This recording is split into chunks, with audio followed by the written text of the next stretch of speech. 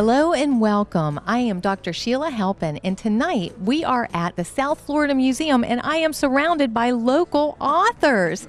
It is family reading night, and we are going to have a blast with our VPK families. Families are coming out. They're going to meet and greet with the authors. They're going to learn about their books, and then they're going to get to make their own books and tour the museum. We also have our own local library here to do a reading time with our families. So stay tuned for a fabulous event, and we're going to meet our authors. And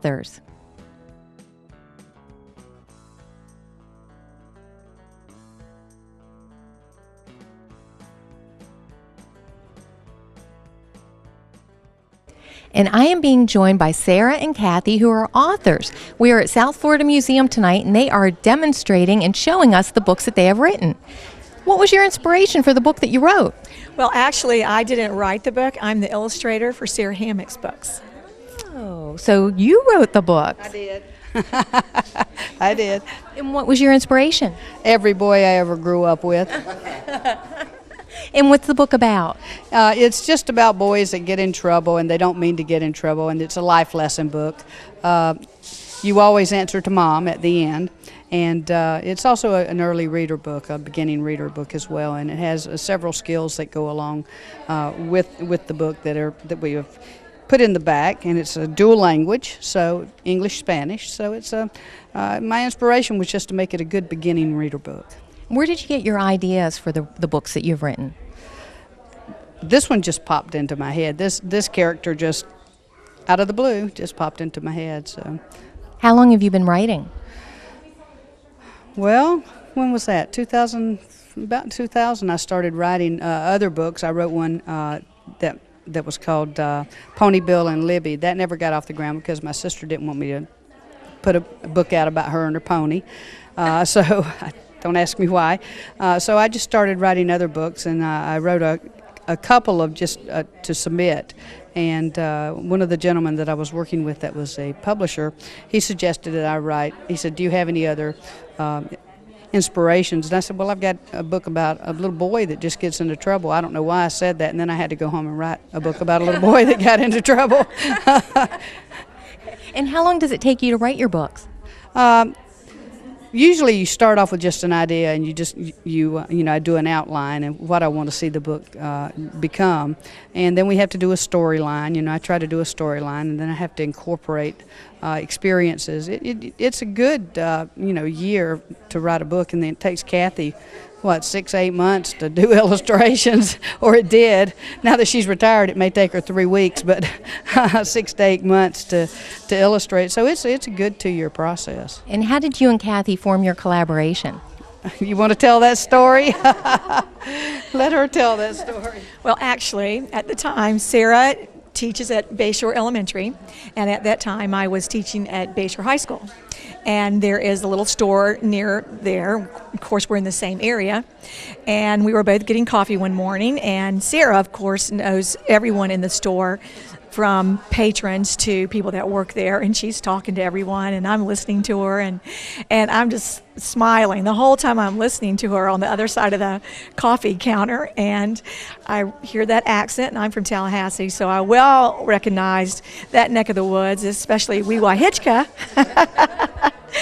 And so she was talking about her book and that she had written it, and now she had to find an illustrator, and I started to walk out, and I just turned around and I went back, and I had to meet her and introduced myself and said, I couldn't help but overhear, "Are you looking for an illustrator?" Because I knew I wanted to work with her, and we just had a ball. We were both Florida State graduates, and we've had more fun over these years, and we had just a blast with Gator Purvis, because he is every little boy and every little girl, and he's just fun. He's very playful, and he really does not mean to get in trouble, but it just seems to always work out that way. And he has to deal with the consequences. So it did take me a bit for the illustrations, because I do them by hand. I don't do them using the computer. Maybe I'll work into that as I have more time. But I use colored pencils, and I love the detail. I like to work in detail, and I like to work with bright colors and hopefully catch that emotion of the individuals to whom he owes serious apologies by the end of the day. So that's how Sarah and I met, and we've been fast friends ever since. Now, was this your first time illustrating a book? I had done some illustration before, not in a book situation, so this was my first book illustration. I've done a couple of covers since then. I enjoyed that. I could do that during the school year, but we sort of put this on hold because I just didn't have the time. It consumed my summers, and through the school year I was just so busy teaching art at the high school level. So now we're talking about, we've been kicking around as we worked together here at the South Florida Museum all summer. We've been teaching together with the elementary camps and the middle school camps. We're kicking around, picking it back up. So another Gator Purvis might be on the horizon very soon. So we have a series coming. Oh yes, she has several books already written. We just need to illustrate them. So how do you feel tonight getting to meet your fans, getting to see the families come out and they actually get to talk to you, the author and the illustrator? What's that like? It's very enjoyable, especially when the book is so well received, and especially the parents of young boys. They get it and they say, "This is our son," So it's fun to make that contact, and to get yourself and your books recognized by families is very important. And it's so nice that it's bilingual. Oh, yes. Margarita Posada, who's a bilingual teacher, she's one of the paraprofessionals at Bayshore Elementary. She is the one that did the translations for us. So like I said, I told Charles before, this was a Manatee County school system book. It's even got some Manatee County people in that book. I think Miss Taylor, that was Jenny Taylor, who's an assistant principal at Canaan, and Miss Hatfield, who happens to be the registrar at Bayshore Elementary. So I incorporated some people here that I knew that I was very fond of. One thing I'd like to point out, though, this is it is a dual language book. It's both English and Spanish, and Kathy was a teacher in our Manatee County schools, and I still teach at Bayshore Elementary. And Margarita Posada was the person that translated this book into Spanish, and she also works at Bayshore. So we have the entire Manatee County school system in this book.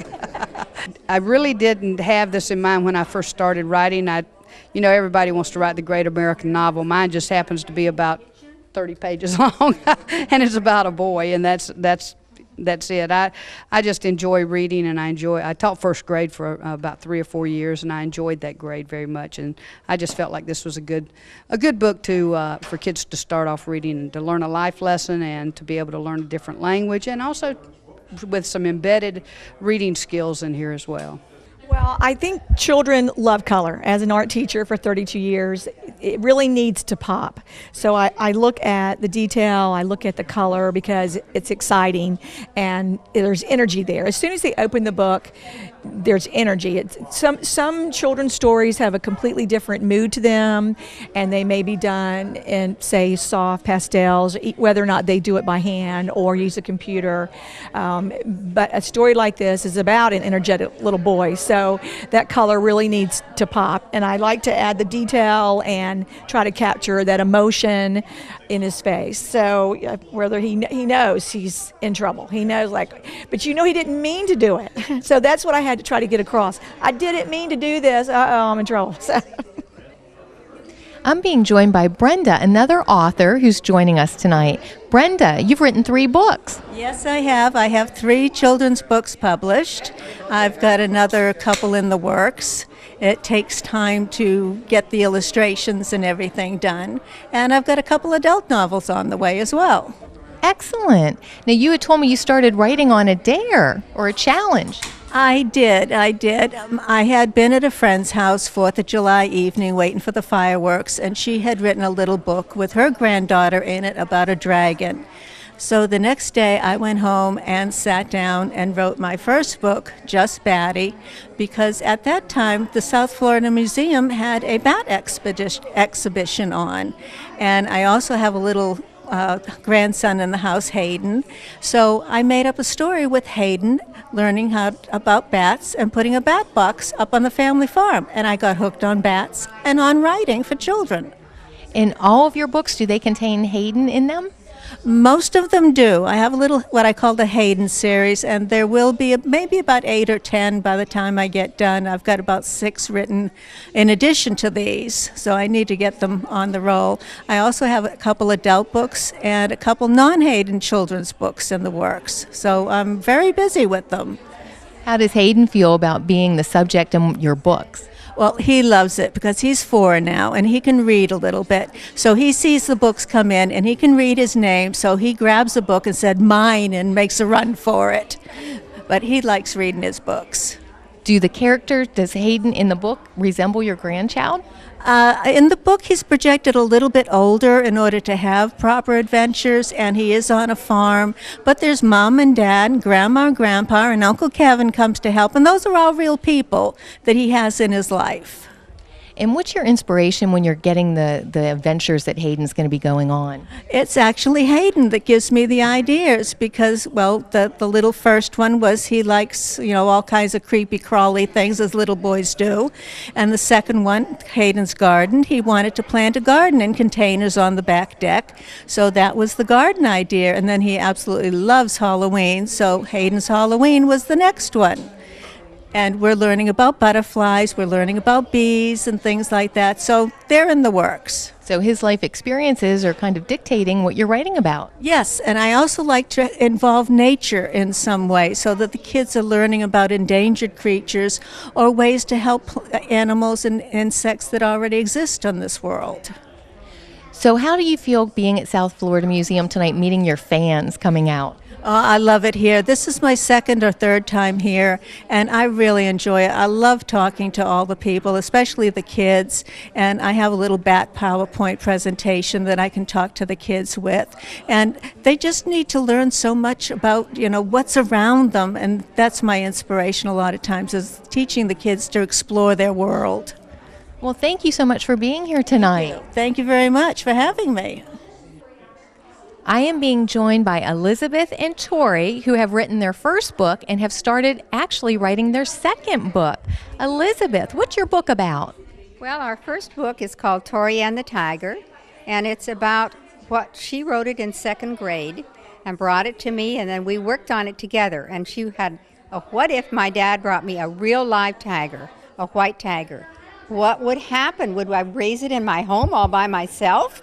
And she learned all about it at school. She did a picture of it, and we put it together and published our first book, and she really enjoyed it. Tory, how does it feel to be an author? It feels really nice, actually, because there aren't many kid authors, and so it feels really nice. So the inspiration for the book actually came from what you were doing at school? Yep, everyone wrote a book about an animal. And the animal you chose was? A white tiger. The white tiger. Why did you choose that animal? I just seem to really like tigers. So what is your book about? It's about me. My dad brought home a tiger from Las Vegas, and we had to figure out what to do with it because it got into a lot of trouble, and we had to figure out how to keep it under control. Elizabeth, have you written before? I have several children's books. This is the first one that I published with Tory, and it's been a lot of fun. So much fun. Our second one is Tory and the Magnificent Manatee. And it is coming out shortly, and so she has drawn a picture, and she came to camp this summer here, so she would learn all about manatees, and we're working on it now. Yep. So you did some research this summer, Tory. What did you learn about manatees? That they eat lettuce, that they have an extinct cousin called the sea cow, and that people have beliefs that they can turn into mermaids. And then are you going to incorporate that into your book? Yes. Now you have a contest going on or some sort of art activity going on at your table. What's that? Everyone's going to choose a picture of a manatee, and like in this book, we had me draw a picture of a tiger. So then they're going to draw a picture of a manatee, and we're going to have a little contest and see my grandma and I is going to choose our favorite, and we're going to contact them and say that their picture is in our book. So you have an interactive booth that you're actually getting the children to participate, and then they could actually be featured in your next book. Yep. So how many books do you think you're going to do? Do you like the process? Yeah. Right now, my grandma and I are writing 2, and she's writing 1. Tell her about the skunk. That's the next one. Our next book is going to be Tory and the Sneaky Skunk. It's about me and my actual pet skunk, because I actually have a pet skunk named Rosie. There's a picture of me and my skunk over there. No, that's so cool. Mm-hmm. So are all of your books going to be featuring nature in some way? Yeah. And this one, tell her just the ending, what you did with it. This one, we put it in the Big Cat Habitat Zoo. So then at the end, he gets me a skunk, and that's our next book with the skunk. very cool. Well, it's so exciting to meet both of you because I have not met a child author with her grandma author before. So this is so exciting for me. You should be very proud of yourselves. We are. So what about your other grandchildren? Do you have other grandchildren? Well, they are featured in other books. I have one with our grandson that's in college now, Logan and Blair, and they go to India and find a dinosaur bone. And so they're in other books. Very exciting. Well, Tory, congratulations to you. You should be very proud of yourself. Thanks.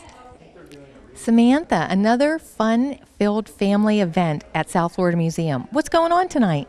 Tonight is Family Reading Festival. So this is a night that's really been dedicated to our local authors who have some tremendous stories to tell about their own personal inspiration with our local environments and our families. So we've invited several of them to come here and present their books, but also talk about what it means to be an author and where they gain their inspiration. So the idea is that kids and families can come and they can look at different books, but then they can engage together with the science and the history that inspired these books. And you also have the library here tonight also. Yes, we do. The library is signing people up for their library cards. So remember, they can always go get free books on loan. But they also have some really incredible things with ebooks. So they have an ebook petting zoo to remind us that, yes, we're moving into a digital age, and that's okay. There are some really incredible educational resources that families can access just using their technology that they already use every day. And you have a tremendous turnout. It's so cool to see the children and the families going over to the authors. Yes, it is. We weren't quite sure what to expect. We've done different events with some of these individual authors, and they've always been very popular. So to have everybody here, we weren't quite sure what to expect, but it's been very popular. And it's all age ranges are represented here. It definitely is. We have a lot of younger student books, but then we also have some for middle school that really engage them with some of the scientific principles and also what it means to be a citizen scientist. So there really is something for everybody here. And some of the booths are interactive. You actually get to draw pictures and talk to the authors. Absolutely. We really wanted to give kids an opportunity, and families, everyone of every age, an opportunity to kind of go through the creative process. And, you know, one of the books started from an illustration and one started from a folk tale. So, I mean, there are so many different ways that we're inspired and that we gain engagement with our community. So for them to be able to sit down, talk with the authors, and try it out for themselves, hopefully they can take that home and replicate it for themselves. Do you have any more family events planned? Oh yes, we have several for the rest of the year actually. In September it will be How to Train Your Dragon, which is exciting and awesome, but it is also scientifically based. For thousands of years people were finding fossils and they were trying to do good science by describing what these creatures were. They didn't have all of the evidence and they didn't have all of the story, so they created these mythological characters in their minds, griffins and mermaids and cyclops and dragons. So September 6th is the family night How to Train Your Dragon. So October 4th will be National Fossil Day. We'll have exhibitors from all around the state bringing their fossil specimens to really engage people with the history, the prehistoric history of Florida. And then a very special December family night, night at the museum, where the museum will come alive, and it will go along with the new movie that's coming out in December, Night at the Museum 3. So it's an opportunity for us to kind of turn the focus away from science, since we're very heavy science focused here, but we also love history. So Night at the Museum is really engaging with the characters of history. Well, this is the second opportunity we had to partner with you, and it is just so wonderful to see our 4-year-olds going around with their families engaged, and also with their middle school brothers and sisters. So you have covered the gamut with this. Fantastic. That's exactly what we're hoping for. A lot of people come to the museum thinking that it is for an older audience, and for the most part, they're right. I mean, we deal with some really complex issues here in the museum, but there really is an opportunity for family learning so that the grandparents can come in and teach the kids, and even the older kids in the family can teach the younger kids. kids. And in an event like this, it really reminds everybody that the family is the very first center of learning for us all. And it's intergenerational, and you even have one author team that's a grandmother and a granddaughter. Yes, we do. The young girl Tory, she wrote the story. She illustrated it to kind of fill in the gaps of the story, and together they published this book. So it really is a really incredible journey for them as a family. I am being joined by Dr. Krupp. Welcome. Thank you. Welcome to you. Glad to be here with you. Thank you. And you are joining us this evening because you are an author. That is correct. Been an author. Never thought I'd write books, but I started writing when I was at the age of 80. Really? Congratulations. How many books have you written? As of now, I've published 4. And what is your inspiration be for writing your books? Well, if I could show you the first book, my granddaughter Laura graduated from kindergarten in 2009 at the age of 5. I was there with a bouquet of roses, and I'm thinking, what else could I give her? You know, she's got pretty dresses, lovely shoes, bows for her hair. And then it dawned on me, why don't I tell her what I know? And what I know is science. I have been teaching science for 65 years, and that's what I know. But all my experience has been at the high school and college level. Now the challenge was to try to write for a 5 to 8-year-old science. My science is the physical science. I have a doctor's degree in physics, master's degree in physics, bachelor's degree in chemistry. So I wrote the first book, published it in 2010. Has 10 short stories. Many of them have little experiments in them that children can do at home. For example, one of the stories is called Curds and Whey. After reciting the little nursery rhyme to me, Laura recites it to me, we go in the kitchen and we make curds and whey. And from the curds we make glue. So those are some of the things we do with hands-on experiments. I followed that book a little later with book number 2 in the series. That was published, I think, in 2012. And in there's stories like clouds. That's why we have a picture of a cloud and mountains in the background, western mountains outside of Albuquerque. And if I may, can I show you how I write? I would love to see that. All right. I'd like to read to you. Do you mind? I would love to hear you read. All right. It was a beautiful summer day. Laura and her cousin Kaylee were lying in the shade of an elm tree.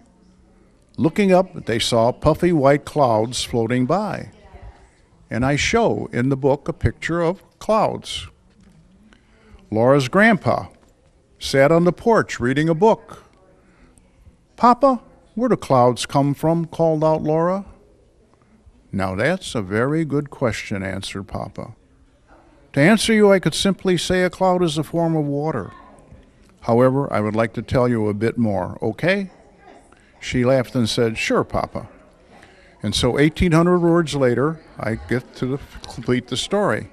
But as I tell the story to the children, I try to show them solid with pictures, liquids, then pouring liquids into different containers, gases like in a balloon, hot air balloons, helium balloons from parties. I again get them to understand that you can run through liquid water just as you walk through a sea of air. And then we get into changing from one to the other. And in this part, I try to relate to things they have seen. For I ask the girls, I say, have you ever seen anybody change a liquid into a solid? And Kaylee says, well, I've seen my dad take an ice cube tray, fill it with water, put it in the fridge, freezer part of the fridge. And then later on, we got solid ice cubes. So children are not only enjoying the books, they're also learning through the books. I think and hope so. In other words, I'm trying to get them to understand the vocabulary from what they've seen. So when they're a little older in school, maybe 5th grade or 4th grade, and FCAT says you must learn solid, liquid, gas, it's part of their vocabulary. You've already planted the seed for them. That's what I'm trying to do. How does Laura feel about being the subject in your books? Oh, she loves it. Now, if I could, I'd just like to tell you about the most recent thing I've done. Here in Bradenton, as you probably know, there was a Da Vinci exhibit down at the Bradenton Auditorium from November through just last week. I visited the first time in mid-March with some friends. Laura was down at the end of March on spring break. I hadn't written a word yet, but 2 weeks ago I published this book called Laura and Grandpa Discovering Da Vinci. And what I do again, I use take the basic physics, try to get the children to understand what Da Vinci's machines were about or what he used, and then we go into the exhibit and see them. We see him using pulleys, we see him using wheel and axle, we see him using inclined planes and other things like that. Well, thank you so much, because you are an inspiration, not only that anybody at any age can be an author, but not only that, but children can have fun and learn while they're reading. That's what I really hope, that they can read and have fun, and that science is fun, and it describes the world around them. Thank you so much. Thank you. I am being joined by a different type of author. Rolf, welcome. Thank you very much. What type of author are you? I have created an iPad app that is an interactive science app, mostly for kids and teenagers, but some adults might learn something too. And what is your app about? It is mainly about science of mostly everyday life, and it deals with science in an interactive way. So usually when you think about physics, you think about lots of heavy-duty mathematics, but you can access physics also by simply intuition and interacting with experiments. Could you show me a little bit about that? Yeah, I have a lot of experiments in here. So we have a G-force recorder here, which when you drop the iPad, it records the G-force in an elevator or a car. It's over 40 experiments in here. I just can show a few ones here. It's a famous experiment here with two dropping balls, and they drop differently when they fall on top of each other. And we got Lissajous, which is a famous drawing app, which electronic engineers play with usually. Very cool. And then at the bottom, I see that it comes in different languages. Yeah, we got English, we got German, we got French.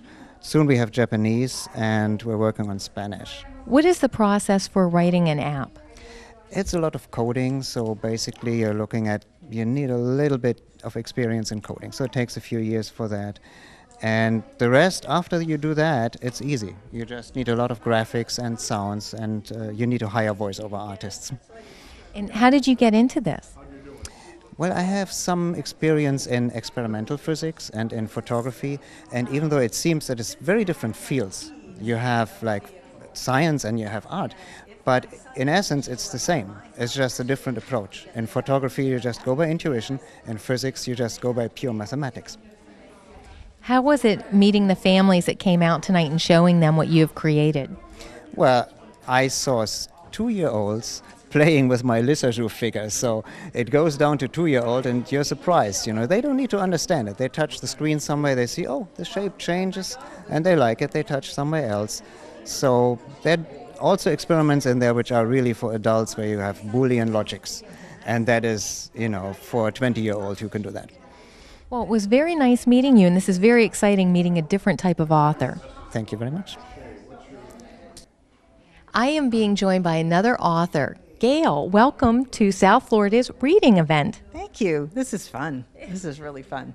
It is a nice night, isn't it? Yeah. I mean, it's the whole museum, and we're testing water and just snooty, and it's fun. So you have a book that you're featuring, and it's called Something Stinks. What's your book about? Well, it's a science mystery, and it didn't start out exactly that way, but what prompted the idea for the book was we moved here from Virginia, and when we I still kept in touch with a lot of people in Virginia and began to hear about fish dying in the not just the coastal waters like we have, here sometimes, but rivers and lakes and stuff. There was massive fish kills, and I thought that why isn't something being done? And I write for kids, and I thought, I bet there's some kids that would like to know what was happening to those fish. So that started the book. So. How did you come up with the characters in your book? I had them, at least one of them from a book that is in a drawer that never got published, but I liked the character so much that I kept her. And then as the story evolved, it's also a story of friendship, so you need friends, and, it was during the school year, so there would be other kids in school and that kind of thing. So, did you have to do a lot of research for the book? I did. I did some research to write it because I had a premise of what could have killed the fish, and then I had to do some research in terms of different companies that might have polluted or that kind of thing. So once I got I said, what could this happen? And one of my expert people that was giving me some feedback said, yes, but it also could happen this way. Once I had that, then I could run with it. When it sold to an educational publisher in Boston, and it's called Tumble Home Learning, and their thing is science mysteries. And so we sort of ramped up the science, in terms of what the kids would be testing the water for. To see different things, temperature, runoff from maybe a golf course, that kind of thing. So yeah. So your background was you're an educator. Yes. Mm-hmm. And then you started to write short stories and for magazines? When our children were born, I was home. I wanted to go back and get my master's degree, and I didn't know in what. And I tell kids this when I visit schools, that you always need to know how to write. No matter what degree you have, you need to know how to write. And so I thought, well, while I'm home with these little children, I could take some writing classes, and that's what I did. And as you're reading to your children, you always think, oh, I'd love to be able to write that. And so I started with children's writing classes and did that. And then my first assignment for one of my classes, the teacher said, I think you should send that to a magazine or something. And I did, and it sold. And so I don't think that always happens to people, but it happened to me. And so I thought, well, okay, maybe I'll stick with this for a while. So I did. Do you think you'll keep writing books? Yes, books are sort of a commitment, where like I do a lot of short pieces. I might do a retelling of a story tale for a company that's doing iPad apps, storybooks. And there might be 400 or 500 words. Something like this is, it's a 6 or 8 month or a year commitment to just, to sit down and actually have your seat in the chair. So yes, I will. Just finished the second one, and fingers crossed someone will like it. But I do sort of a combination of books and short things. So is your second one also a mystery? Yes. And it's science-based, but it's not quite finished, so I'm not talking about it yet. But it is in the science field. So, how was it meeting some of your fans tonight? Oh, it's so sweet, and kids are just—they've got they're excited about just very simple things, and it's so fun to see that. So, and even the little ones that aren't reading this level book, they're interested in books. So, we still have to have them for them. So. Well, and it was nice that you had an interactive table, so families could come over and they could test water. Yes, yeah, and that's a real critical thing that they can see, and they know they could test some things at home. That's important. So it's not. It takes the Samantha, I think, the curator here said, talking about citizen scientists. This kind of thing, this kind of book. Makes science approachable, and so that that kids can see. It's not, it's mysterious, but it's also something anybody can do, and it applies to your life. So I thought this was a fun idea. Well, thank you so much for joining us. You are very, very humble. So this is a great endeavor. And Well, it did win an award, so it was a surprise to me. But and which award did you win? it's the National Science Teachers Outstanding Science Trade Book for 2014. So it was one of the few fiction books that was on the list. So most of them are nonfiction. So. Well, thank you so much for joining us. You should be very proud. Thank you. It's fun. I am being joined by Chris right now, who has come over from the library to join us at Family Reading Night. Hi, Chris. Hi, how are you guys today? Oh, we are fabulous. And you had an event tonight for our families. What did you do? Well, I read some books from our library to some of the young family members who came here tonight, to attend the program. So you had a little reading area over there? Yes, right behind us, right on the other side of the camera over there. Yeah, we have a little reading nook that they have here at the South Florida Museum, and that's where I was. So what kind of books did you read tonight? I mostly read books on space, because they're of the planetarium here, and on the ocean, because the presenter here, Katie Adams, she's doing an ocean show. Did you get to meet any of the authors? I did get to meet a few. Gail Hedrick, who has her book here that she has at a table, she actually donated one of her books to the library, and she's a local author, of course. How did you feel when you met them? Oh, good. Well, we always like to meet up with the local Florida authors, because that's who we like to really promote. They often write books about Florida and things like that for children, and sort of let kids learn about, their own state and some of the things going on, even if they're a fiction book. So how many families did you have in your reading event? Oh, I think right now we've had so far about 5 or 6 families come over, and then after Katie Adams' show lets out, we're going to have some more reading time. That's excellent. It was so nice that you came out this evening. Oh, it was nice to be here, and I mean, the South Florida Museum, Samantha Sprague, and they all do such a great job. They're very helpful to the library. They come out and they actually do programs at our library, free programming, and it's just, we're so appreciative of them that we like to partner with them in any way that we can. And we had a great partnership this summer too. We did. We're partnering with the VPK program at the schools. Our partnership with the schools, I think, is maybe the most important partnership that the library is doing. And of course, we're introducing, along in partnership with the schools, early literacy kits for kids age 0 all the way up until through age 5, to kind of help them start to learn to read and be prepared for when they come into school. So families could actually go to the library and check out these kits? Yes, starting in August, we're going to debut a few kits. They'll be located at the South Manatee Library, but eventually we'd like to keep growing our collection of literacy kits and have them at all 6 of our library locations. And like we said, this is a good way for parents whose children haven't entered school yet to start learning, developing their reading skills, even as young as just a few months old. That way, when they go into school, they're more prepared to read, and they never fall behind that way. What are in some of the kits? Can you give us an example? Well, besides just books, of course, the kids have a lot of other materials, anything from puppets and puzzles and rhyming CDs and all kinds of tactile materials and things that help kids develop what's known as the 6 early literacy skills. And these 6 skills are reading experts feel that it's very important that children develop these skills and be able not just to read, but to comprehend what they're reading and to talk about what they read and to understand it. And that way they can really develop into advanced readers by the time they reach elementary school. Well, thank you so much for being here, and we look forward to sharing with your kits with our families. Yes, I look forward to continuing our partnership. Thank you.